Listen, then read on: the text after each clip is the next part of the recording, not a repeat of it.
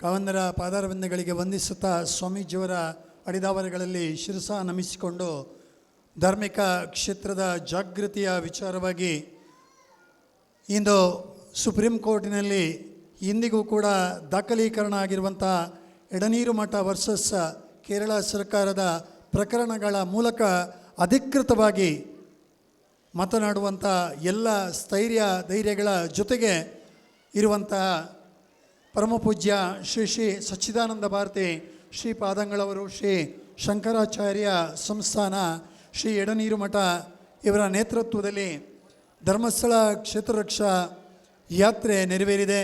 ಈ ಸಂದರ್ಭದಲ್ಲಿ ಪರಮಪೂಜ್ಯ ಸ್ವಾಮೀಜಿಯವರನ್ನು ಕ್ಷೇತ್ರದ ವತಿಯಿಂದ ಭಕ್ತಿಪೂರ್ವಕವಾಗಿ ಈ ಕಾರ್ಯಕ್ರಮಕ್ಕೆ ಸ್ವಾಗತಿಸುತ್ತಿದ್ದೇನೆ. ಅವರಿಗೆ ಪರಪತ್ರಗಾರರಾದಂಥ ಲಕ್ಷ್ಮೀನಾರಾಯಣರಾವ್ ತುಳಸಿ ಹಾರವನ್ನು ಅರ್ಪಿಸಿ ಗೌರವಿಸಬೇಕು ಅಂತೇಳಿ ವಿನಂತಿಸಿಕೊಳ್ತಾ ಇದ್ದೇನೆ.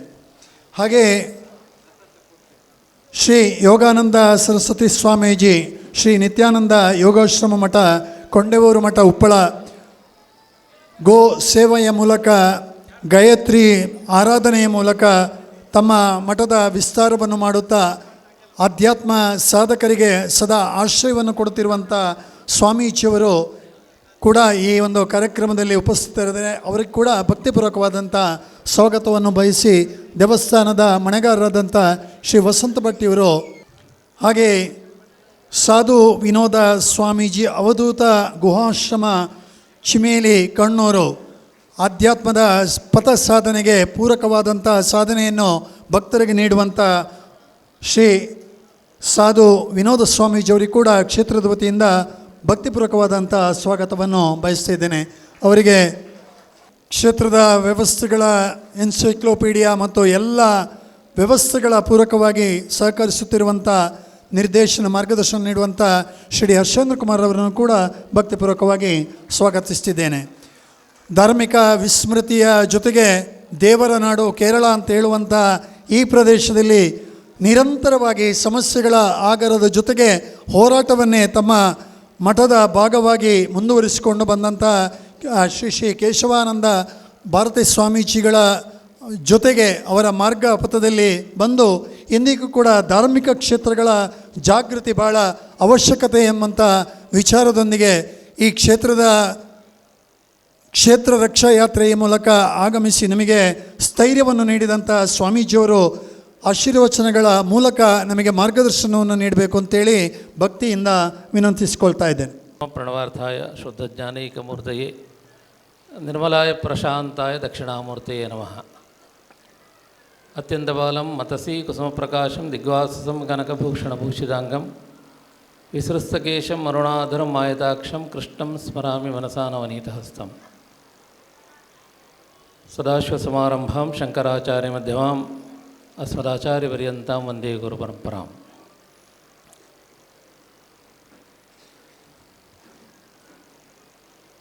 ನಿನ್ನೆಯ ದಿನ ಗ್ರಹಣ ಹಿಡಿದಿತ್ತು. ಇವತ್ತು ಆ ಗ್ರಹಣ ಬಿಟ್ಟಿದೆ, ಗ್ರಹಣ ಮೋಕ್ಷ ಆಗಿದೆ. ಗ್ರಹಣ ಅಂದರೆ ಹಾಗೆ, ಅದು ನಿರಂತರವಾಗಿ ಹಿಡ್ಕೊಂಡಿರೋದಿಲ್ಲ, ಅದು ಸಣ್ಣ ಒಂದು ಅವಧಿಗೆ ಹಿಡ್ಕೊಂಡಿರ್ತಾರೆ ಮತ್ತು ಅದು ಬಿಡ್ತದೆ. ಪುರಾಣದಲ್ಲಿ ಅದಕ್ಕೊಂದು ರೋಚಕವಾದಂಥ ಒಂದು ಕಥೆಯೂ ಇದೆ. ಸಮುದ್ರ ಮಥನ ಕಾಲದಲ್ಲಿ ಅಮೃತ ಉದ್ಭವವಾದಾಗ ಮಹಾವಿಷ್ಣು ಮೋಹಿನಿಯ ರೂಪದಲ್ಲಿ ಅದನ್ನು ದೇವತೆಗಳಿಗೆ ನೀಡಲಿಕ್ಕಾಗಿ ಮೋಹಿನಿಯ ರೂಪ ಅಂತ ಆಳ್ತಾರೆ. ಆ ಹೊತ್ತಿನಲ್ಲಿ ಒಬ್ಬ ರಾಕ್ಷಸ ದೇವತೆಗಳ ವೇಷವನ್ನು ಧರಿಸಿ ಆ ಅಮೃತವನ್ನು ಸೇವಿಸ್ತಾನೆ. ಆಗ ಸೂರ್ಯಚಂದ್ರರ ಮೂಲಕ ಅದು ವಿಷ್ಣುವಿಗೆ ತಿಳಿದು ವಿಷ್ಣು ತನ್ನ ಚಕ್ರದ ಮೂಲಕ ರಾಕ್ಷಸನ ತಲೆಯನ್ನು ಕತ್ತರಿಸ್ತಾನೆ. ಆದರೆ ಅಮೃತ ಕುಡಿದ ಕಾರಣದಿಂದಾಗಿ ಆ ತಲೆ ಜೀವಂತವಾಗಿರುತ್ತದೆ. ಅದುವೇ ರಾಹುಕೇತುಗಳಾಗಿ ಸೂರ್ಯಚಂದ್ರರ ಮೇಲೆ ಆ ಒಂದು ದೃಷ್ಟಿಯನ್ನು ಇಟ್ಟುಕೊಂಡು ಇವತ್ತು ಗ್ರಹಣ ಅನ್ನೋದಕ್ಕೆ ಕಾರಣವಾಗಿ ನಾವು ಪುರಾಣದಲ್ಲಿ ನಾವು ತಿಳಿತೇವೆ. ವೈಜ್ಞಾನಿಕವಾಗಿ ಜ್ಯೋತಿಷ್ಯದಲ್ಲಿ ಬೇರೆ ಬೇರೆ ಅದಕ್ಕೆ ಕಾರಣಗಳಿವೆ. ಅಮೃತ ಅನ್ನೋದು ಅದು ದೇವತೆಗಳಿಗೆ ಸಿದ್ಧಿಸಿದಂಥದ್ದು. ಅದನ್ನು ಪಡೆಯುವಂಥದ್ದನ್ನು ಅನುಭವಿಸುವಂಥ ಯೋಗ ಇರುವುದು ದೇವತೆಗಳಿಗೆ. ಹಾಗಿರುವಾಗ ಮೋಸದಿಂದ ಕಪಟದಿಂದ ರಾಕ್ಷಸರು ಅದನ್ನು ಪಡೆಯುವಂತಹ ಮನಸ್ಸು ಮಾಡಿದರೆ ಆಗ ದೇವರು ಅದನ್ನು ನಿಯಂತ್ರಿಸಲಿಕ್ಕೆ ತಯಾರಾಗ್ತಾನೆ. ನಾನು ಯಾಕೆ ಈ ವಿಚಾರವನಿಗೆ ಹೇಳ್ತೇನೆ ಅಂದರೆ, ಧರ್ಮಕ್ಕೆ ಗ್ಲಾನಿ ಉಂಟಾದಾಗ ದೇವರು ಬೇರೆ ಬೇರೆ ಅವತಾರಗಳನ್ನು ಎತ್ತಿದರು. ಕಲಿಯುಗದಲ್ಲಿ ಈಗ ದೇವರು ಅವತಾರವನ್ನು ಎತ್ತುವುದನ್ನು ನಿಲ್ಲಿಸಿದ್ದಾರೆ. ಆದರೆ ರಾಕ್ಷಸರು ಹುಟ್ಟುವುದು ಹಾಗೇ ಮುಂದುವರಿದಿದೆ. ಹಾಗಿರುವಾಗ ರಾಕ್ಷಸರು ಅಂದರೆ ಅವರಲ್ಲಿರುವಂತಹ ದುಷ್ಟ ಬುದ್ಧಿ, ಆ ದುಷ್ಟ ಮನಸ್ಸು ನಾಶವಾಗಬೇಕಿದ್ದರೆ ಎಲ್ಲ ಧರ್ಮ ಬಂಧುಗಳಲ್ಲಿ ಆ ಧರ್ಮವನ್ನು ಎದುರಿಸುವಂಥ ಒಂದು ಮನಸ್ಸು ಬರಬೇಕು ಮತ್ತು ಆ ಶಕ್ತಿ ಬರಬೇಕು. ಹಾಗಿರುವಾಗ ಯಾರು ರಾಕ್ಷಸ ಬುದ್ಧಿಯನ್ನು ದುಷ್ಟ ಬುದ್ಧಿಯನ್ನು ಹೊಂದಿದವರು ಕೂಡ ಏನೇ ಧರ್ಮದ ವಿರುದ್ಧವಾಗಿ ಪ್ರಚಾರ ಮಾಡಿದರು ಅಥವಾ ಧರ್ಮದ ವಿರುದ್ಧವಾಗಿ ನಡ್ಕೊಂಡ್ರು, ಆಸ್ತಿಕರು ಸಜ್ಜನರು ಅದನ್ನು ಪ್ರತಿಭಟಿಸಿದಲ್ಲಿ, ಪ್ರತಿಭಟನೆ ಅಂದರೆ ನಾನು ಸಾತ್ವಿಕವಾದಂತಹ ಪ್ರತಿಭಟನೆಯಲ್ಲಿ ಹೇಳ್ತಾ ಇದ್ದೇನೆ, ಪ್ರತಿಭಟಿಸಿದಲ್ಲಿ ಮತ್ತು ಧರ್ಮದ ಮಾರ್ಗದಲ್ಲಿ ನಡೆದಲ್ಲಿ ಖಂಡಿತವಾಗಿಯೂ ಅಧರ್ಮಕ್ಕೆ ಸೋಲಾಗ್ತದೆ, ಧರ್ಮಕ್ಕೆ ಜಯ ಆಗ್ತದೆ. ಇವತ್ತು ಧರ್ಮಸ್ಥಳ ಕ್ಷೇತ್ರ ಶ್ರೀ ಡಿ ವೀರೇಂದ್ರ ಹೆಗಡೆ ಅವರ ಒಂದು ನೇತೃತ್ವದಲ್ಲಿ ಅವರ ಒಂದು ಮಹತ್ತಾದಂಥ ಒಂದು ದೃಷ್ಟಿಕೋನದಲ್ಲಿ ಇಷ್ಟು ವರ್ಷಗಳ ಕಾಲದಲ್ಲಿ ಬಹಳಷ್ಟು ಅಭಿವೃದ್ಧಿಯನ್ನು ಕಂಡಿದೆ.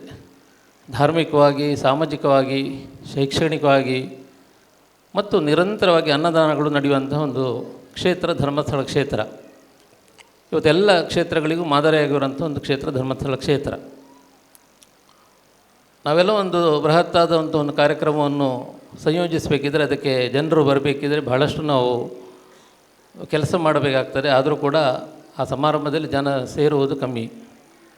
ಆದರೆ ಒಂದು ಕ್ಷೇತ್ರದಲ್ಲಿ, ಅದು ಧರ್ಮಸ್ಥಳ ಇರ್ಬೋದು ಅಥವಾ ಇನ್ನಿತರ ದೊಡ್ಡ ದೊಡ್ಡ ಕ್ಷೇತ್ರಗಳಿರ್ಬೋದು, ಕೇವಲ ಭಕ್ತಿಯ ಹೆಸರಿನಲ್ಲಿ, ದೇವರ ಹೆಸರಿನಲ್ಲಿ ದಿನಕ್ಕೆ 1000 ಗಟ್ಟಲೆ ಜನ ಬಂದು ಸೇರ್ತಾರೆ. ಹಾಗಿರುವಾಗ ನಮ್ಮ ಕ್ಷೇತ್ರಗಳು ನಮ್ಮ ಸಮಾಜದ, ನಮ್ಮ ಸಮಾಜ ಬಾಂಧವರ ಒಂದು ಭಾವನೆಯ ಒಂದು ಕೇಂದ್ರಗಳು. ನಮ್ಮ ಧಾರ್ಮಿಕ ಕ್ಷೇತ್ರಗಳು ಹಿಂದೂ ಧರ್ಮದ, ಸನಾತನ ಧರ್ಮದ ಅಸ್ಮಿತೆಯನ್ನು ಕಾಪಾಡುವಂಥ ಒಂದು ಕೆಲಸವನ್ನು ಇವತ್ತು ಮಾಡ್ತಾ ಇದೆ. ಹಾಗಿರುವಾಗ ಯಾವುದೋ ರೀತಿಯಲ್ಲಿ ನಮ್ಮ ಕ್ಷೇತ್ರಗಳಿಗೆ ಘಾಸಿ ಆದಾಗ, ನಮ್ಮ ಕ್ಷೇತ್ರಗಳಿಗೆ ಆಕ್ರಮಣ ಆದಾಗ ಖಂಡಿತವಾಗಿಯೂ ಎಲ್ಲ ಧರ್ಮ ಬಂಧುಗಳು, ಸಮಾಜ ಬಾಂಧವರು ಅದನ್ನು ಎದುರಿಸುವಲ್ಲಿ ತಮ್ಮ ಮನಸ್ಸನ್ನು ಮಾಡಬೇಕು. ನಾವು ಯಾವುದೋ ಒಂದು ಮಾಧ್ಯಮಗಳಲ್ಲಿ ನೋಡಿದಂಥದ್ದು ನಂಬಿಕೊಂಡು ಕೂತ್ಕೊಳ್ಳೋದಲ್ಲ. ಯಾವುದು ಸತ್ಯ ಯಾವುದು ಅಸತ್ಯ ಅನ್ನೋದನ್ನು ನಮಗೆ ಮನಗಾಡಲಿಕ್ಕೆ ನಮಗೆ ದೇವರು ಶಕ್ತಿ ಕೊಟ್ಟಿದ್ದಾನೆ. ಹಾಗಿರುವಾಗ ಇಂಥ ಸಂದರ್ಭದಲ್ಲಿ ನಾನು ಹೇಳಿದ ಹಾಗೆ ಗ್ರಹಣ ಅನ್ನೋದು ಯಾವತ್ತೂ ಅದು ಶಾಶ್ವತವಾಗಿರುವುದಿಲ್ಲ. ಅದು ಒಂದು ಅಲ್ಪ ಅವಧಿಗೆ ಸೂರ್ಯನನ್ನು ಚಂದ್ರನ ಅದು ಆವರಿಸಿರ್ತದೆ. ಇವತ್ತು ಆ ಮಂಜುನಾಥ ಸ್ವಾಮಿ ಎಲ್ಲ ಭಕ್ತರ ಕಣ್ಣನ್ನು ಕೂಡ ತೆರೆಸಿದ್ದಾನೆ. ಆ ನಿಟ್ಟಿನಲ್ಲಿ ಇವತ್ತು ನಾವು ಕಾಸರಗೋಡಿಂದ ನಿನ್ನೆ ತಾನೇ ಚಾತುರ್ಮಾಸ್ಯದ ಮೃತ್ತಿಕಾ ವಿಸರ್ಜನೆ ಆಗಿ ಇವತ್ತು ಕಾಸರಗೋಡಿನ ಹಲವು ಮಠದ ಅಭಿಮಾನಿಗಳು, ಕ್ಷೇತ್ರದ ಭಕ್ತರನ್ನು ಒಡಗೂಡಿಕೊಂಡು ಇವತ್ತು ಕ್ಷೇತ್ರದ ಸನ್ನಿಧಿಗೆ ಬಂದಿದ್ದೇವೆ. ಮುಂದಿನ ದಿನಗಳಲ್ಲಿ ಕ್ಷೇತ್ರ ಇನ್ನಷ್ಟು ಬೆಳಗಲಿ, ಇನ್ನಷ್ಟು ಹೆಚ್ಚಿನ ಸೇವೆಯನ್ನು ಮಾಡುವಂಥ ಶಕ್ತಿಯನ್ನು, ಆರೋಗ್ಯವನ್ನು ಶ್ರೀದೇವರು ಶ್ರೀ ವೀರೇಂದ್ರ ಹೆಗಡೆಯವರಿಗೆ ನೀಡಲಿ. ಅದರಲ್ಲೂ ಆತ್ಮೀಯರಾದಂಥ ಶ್ರೀ ಹರ್ಷೇಂದ್ರ ಕುಮಾರ್ ಅವರು ಒಂದು ರೀತಿಯಲ್ಲಿ ಎಲ್ಲ ಕೆಲಸಗಳ ಒಂದು ಇಂಜಿನ್ ಅಂತ ಹೇಳ್ಬೋದು ನಾವು. ನಿರಂತರವಾಗಿ ಅವರ ಒಂದು ಯೋಗದಾನವನ್ನು ಇದಕ್ಕೆ ನೀಡ್ತಾ ಬಂದವರು. ಆ ರೀತಿಯಲ್ಲಿ ಸೂರ್ಯ ಚಂದ್ರದ ಹಾಗೆ ವೀರೇಂದ್ರ ಹೆಗಡೆಯವರು ಮತ್ತು ಹರ್ಷೇಂದ್ರ ಕುಮಾರ್ ಅವರು ಇಲ್ಲಿ ಕ್ಷೇತ್ರದಲ್ಲಿ ನಿರಂತರವಾಗಿ ಇಲ್ಲಿದ್ದುಕೊಂಡು ಬರುವಂತಹ ಭಕ್ತಾದಿಗಳಿಗಿರ್ಬೋದು ಅಥವಾ ಸಮಾಜದಲ್ಲಿ ಬೇರೆ ಬೇರೆ ರೀತಿಯಲ್ಲಿರ್ಬೋದು ತಮ್ಮ ಸೇವೆಯನ್ನು ನೀಡ್ತಾ ಬರುವವರು. ಇವತ್ತು ನನಗೆ ಬಹಳಷ್ಟು ಪ್ರಿಯರಾದಂತಹ ಆತ್ಮೀಯರಾದಂತಹ ಹರ್ಷೇಂದ್ರ ಕುಮಾರ್ ಅವರು ವೇದಿಕೆಯಲ್ಲಿದ್ದಾರೆ. ಅವರಿಗೂ ಶ್ರೀದೇವರು ಆಯುರಾರೋಗ್ಯ ಭಾಗ್ಯಗಳನ್ನು ನೀಡಲಿ ಮತ್ತು ಇನ್ನಷ್ಟು ಹೆಚ್ಚಿನ ಸಮಾಜ ಸೇವೆಯನ್ನು, ಧಾರ್ಮಿಕ ಸೇವೆಯನ್ನು ಮಾಡುವಂಥ ಶಕ್ತಿಯನ್ನು ನೀಡಲಿ ಅನ್ನೋದಾಗಿ ಈ ಸಂದರ್ಭದಲ್ಲಿ ವಿಶೇಷವಾಗಿ ಈ ಸೋಮವಾರದ ದಿನದಂದು ಪ್ರಾರ್ಥಿಸ್ತಾ ಇದ್ದೇವೆ. ನಮ್ಮ ಜೊತೆಯಲ್ಲಿ ಶ್ರೀ ಕೊಂಡೆಯೂರು ನಿತ್ಯಾನಂದಾಶ್ರಮದ ಶ್ರೀಗಳು ಬಂದಿದ್ದಾರೆ. ಕಾಸರಗೋಡಿನಲ್ಲಿ ಮಂಜೇಶ್ವರ ಭಾಗದಲ್ಲಿ ಬಹಳಷ್ಟು ರೀತಿಯಲ್ಲಿ ಧಾರ್ಮಿಕವಾದಂತಹ ಕ್ರಾಂತಿಯನ್ನು ಮಾಡಿದವರು ಅವರು ಕೂಡ ಈ ಸಂದರ್ಭದಲ್ಲಿ ನಮ್ಮ ಜೊತೆಯಾಗಿ ಇಲ್ಲಿಗೆ ಬಂದಿದ್ದಾರೆ. ಅವರಿಗೆ ಅದರೊಂದಿಗೆ ಚೀಮೇನೆಯಲ್ಲಿರುವಂತಹ ಆಶ್ರಮದ ಶ್ರೀ ವಿನೋದ್ ಸ್ವಾಮಿ ಅವರು ಬಂದಿದ್ದಾರೆ. ಅವರಿಗೂ ನಮ್ಮ ಆತ್ಮೀಯ ಅಭಿನಂದನೆಗಳನ್ನು ಈ ಸಂದರ್ಭದಲ್ಲಿ ತಿಳಿಸ್ತಾ, ಮತ್ತೊಮ್ಮೆ ನಮ್ಮ ಜೊತೆಯಲ್ಲಿ ಬಂದಂತಹ ಎಲ್ಲ ಧರ್ಮ ಬಂಧುಗಳಿಗೆ ಆ ದೇವರು ಆಯುರಾರೋಗ್ಯ ಭಾಗ್ಯಗಳನ್ನು ಕೊಡಲಿ ಅನ್ನೋದಾಗಿ ವಿಶೇಷವಾದಂಥ ಪ್ರಾರ್ಥನೆಯನ್ನು ಸಲ್ಲಿಸ್ತಾ ಮಾತಿನಿಂದ ವಿರಮಿಸ್ತಾ ಇದ್ದೇನೆ. ಸರ್ವೇ ಜನಾಃ ಸುಖಿನೋ ಭವಂತು. ಓಂ ಶಾಂತಿ ಶಾಂತಿ ಶಾಂತಿ. ಆಶೀರ್ವಚನಗಳ ಮೂಲಕ ನಮಗೆ ಸ್ಥೈರ್ಯವನ್ನು, ಧೈರ್ಯವನ್ನು, ಮಾರ್ಗದರ್ಶನವನ್ನು ಮಾಡಿದಂಥ ಪರಮಪೂಜ್ಯ ಶ್ರೀ ಶ್ರೀ ಸಚ್ಚಿದಾನಂದ ಭಾರತಿ ಪಾದಂಗಳವರ ಪಾದಾರವಿಂದಗಳಿಗೆ ಭಕ್ತಿಪೂರ್ವಕ ಧನ್ಯವಾದವನ್ನು ಸಮರ್ಪಿಸ್ತಿದ್ದೇನೆ. ಹಾಗೆ ಈ ವೇದಿಕೆಯಲ್ಲಿ ಉಪಸ್ಥಿತರಿದ್ದು ಸಂಘಟನೆಯ ಮೂಲಕ ನಮಗೆ ಶಕ್ತಿಯನ್ನು ನೀಡಿದಂಥ ಶ್ರೀ ಯೋಗಾನಂದ ಸರಸ್ವತಿ ಸ್ವಾಮೀಜಿ, ಶ್ರೀ ನಿತ್ಯಾನಂದ ಯೋಗಾಶ್ರಮ ಮಠ ಕೊಂಡೆಯವರು, ಇವರಿಗೂ ಕೂಡ ಭಕ್ತಿಪೂರ್ವಕವಾದಂಥ ಧನ್ಯವಾದವನ್ನು ಸಮರ್ಪಿಸ್ತಿದ್ದೇನೆ. ಹಾಗೆ ಸಾಧು ವಿನೋದ ಸ್ವಾಮೀಜಿ, ಅವಧೂತ ಆಶ್ರಮ ಚಿಮೇಲಿ ಕಣ್ಣೂರು, ಅವರಿಗೆ ಕೂಡ ಭಕ್ತಿಪೂರ್ವಕ ನಮಸ್ಕಾರಗಳನ್ನು ಸಮರ್ಪಿಸ್ತಿದ್ದೇನೆ. ಅದೇ ರೀತಿ ಕೊಟ್ಟಿಯೂರು ರಾಜೀವ್ ಜಿಯವರು ಕೂಡ ಈ ಕಾರ್ಯಕ್ರಮಗಳಲ್ಲಿ ಉಪಸ್ಥಿತರಿದ್ದಾರೆ. ಗುರುಗಳ ಆದೇಶ ಆಯಿತು 2 ಮಾತು ಮಾತಾಡಬೇಕು ಅಂಥೇಳಿ. ವೇದಿಕೆಯಲ್ಲಿರುವ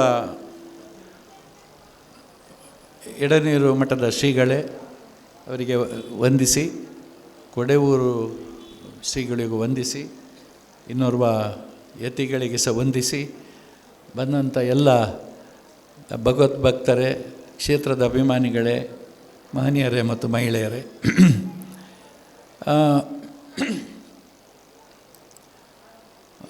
4 ದಿವಸದ ಹಿಂದೆ ನಾನು ಗುರುಗಳ ದರ್ಶನಕ್ಕೆ ಹೋಗಿದ್ದೆ ಎಡನೀರಿಗೆ. ಆವಾಗ ಅವರು ನಮ್ಮದು ಚಾತುರ್ಮಾಸ ಮುಗಿದ ತಕ್ಷಣ ಕ್ಷೇತ್ರಕ್ಕೆ ಬರುವುದು ಅಂತ ಹೇಳಿ ಅವರ ಒಂದು ಅನಿಸಿಕೆಯನ್ನು ಹೇಳಿದರು.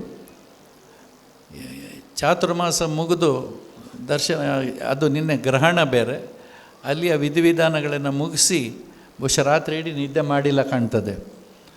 ಅವರು ಪೂಜ್ಯರ ಕ್ಷೇತ್ರದ ಮೇಲಿನ ಮತ್ತು ನಮ್ಮ ಮೇಲಿನ ಪ್ರೀತಿ ಮತ್ತು ಗೌರವದಿಂದ ಅವರು ಇಲ್ಲಿ ಬಂದು ಮಂಜುನಾಥನ ದರ್ಶನ ಮಾಡಿ ನಮ್ಮನ್ನೆಲ್ಲ ಬಂದು ಹರಿಸಿದ್ದಾರೆ. ಇದರಿಂದ ದೊಡ್ಡ ಶಕ್ತಿ ಯಾವುದು ಬೇಕು ನಮಗೆ? ಈಗ ಸುಮಾರು ಅವರು ಹೇಳಿದರು, ಗ್ರಹಣ ಬಂದು ಹೋಯಿತು ಅಂಥೇಳಿ. ಎಲ್ರಿಗೂ ಗೊತ್ತುಂಟು ಆ ವಿಚಾರ, ನಾನು ಉಲ್ಲೇಖ ಮಾಡುವುದಿಲ್ಲ, ಮಾಡುವಂಥ ವಿಷಯವೂ ಅಲ್ಲ, ಅದು ಎಲ್ರಿಗೂ ಗೊತ್ತಿದೆ. ಆದ್ದರಿಂದ ಅವರು ಇವತ್ತು ಬಂದು ಪೂಜ್ಯರು ದೆಹಲಿಗೆ ಹೋಗುವಂಥ ಸಂದರ್ಭ ಇದ್ದದ್ದರಿಂದ ಅವರು ಇವತ್ತು ಈ ಕಾರ್ಯಕ್ರಮದಲ್ಲಿ ಇರಲಿಕ್ಕೆ ಆಗಲಿಲ್ಲ. ಅನ್ಯಥಾ ಭಾವಿಸಬಾರ್ದಾಗಿ ಎಲ್ಲ ಶ್ರೀಗಳು ಮತ್ತು ಅವರ ಶಿಷ್ಯವರ್ಗಕ್ಕೆ ಹೇಳೋದು, ನಾಳೆ ಯಾಕೆಂದರೆ ಉಪಾಧ್ಯಕ್ಷರ ಒಂದು ಚುನಾವಣೆ ಇರೋದರಿಂದ ಹೆಗಡೆಯವರು ಅಲ್ಲಿ ಹೋಗುವಂಥದ್ದು ಅನಿವಾರ್ಯ ಆಯಿತು. ಗುರುಗಳಿಗೆ ಮಾತಾಡಿ ಅವರೇ ಅವ್ರದ್ದು ಅಪ್ಪಣೆ ತಗೊಂಡಿದ್ದಾರೆ ಅವರು. ಅದರಿಂದ ಅವರು ಇಲ್ಲದಾದ್ದರಿಂದ ನಾನು ಮಾತಾಡುವಂಥ ಅವಕಾಶ ಆಯಿತು. ಇದೇ ರೀತಿ ನಿಮ್ಮೆಲ್ಲರ ಸಹಕಾರ ಮತ್ತು ಧೈರ್ಯ ಕ್ಷೇತ್ರಕ್ಕೆ ಬೇಕು. ಕ್ಷೇತ್ರದಿಂದ ಯಾವುದೇ ರೀತಿಯ ವ್ಯತ್ಯಾಸಗಳಾಗುವುದಿಲ್ಲ, ಆಗಲಿಕ್ಕೆ ಬಿಡುವುದೂ ಇಲ್ಲ ನಾವು. ಆದ್ದರಿಂದ ಈ ವಿಷಯವನ್ನು ನಾವು ಹೆಚ್ಚು ಮಾತಾಡದೆ ಇದನ್ನು ಇಲ್ಲಿ ನಿಲ್ಲಿಸಿ ನೀವೆಲ್ಲರೂ ಕ್ಷೇತ್ರಕ್ಕೆ ಬಂದು ಅಂತ ಗುರುಗಳಂತೂ 3 ಜನ ಬಂದಿದ್ದಾರೆ ಎಲ್ಲ ಸೇರಿ, ಅದು ದೊಡ್ಡ ವಿಷಯ. ಏನು ಇದಕ್ಕೆ ಕೆಲವು ಸಲ ನಮಗೆ ಹೇಳಲಿಲ್ಲ, ಕೇಳಲಿಲ್ಲ, ಬೇಡಲಿಲ್ಲ ಅಂತ ಹೇಳುವಂಥದ್ದು ಇರ್ತದೆ. ಇದು ನಿಜವಾದ ಪ್ರೀತಿ, ಇದು ನಿಜವಾದ ಭಕ್ತಿ, ಇದು ನಿಜವಾದ ನಮ್ಮ ಮೇಲಿನ ಇರುವಂಥ ಅಭಿಮಾನ.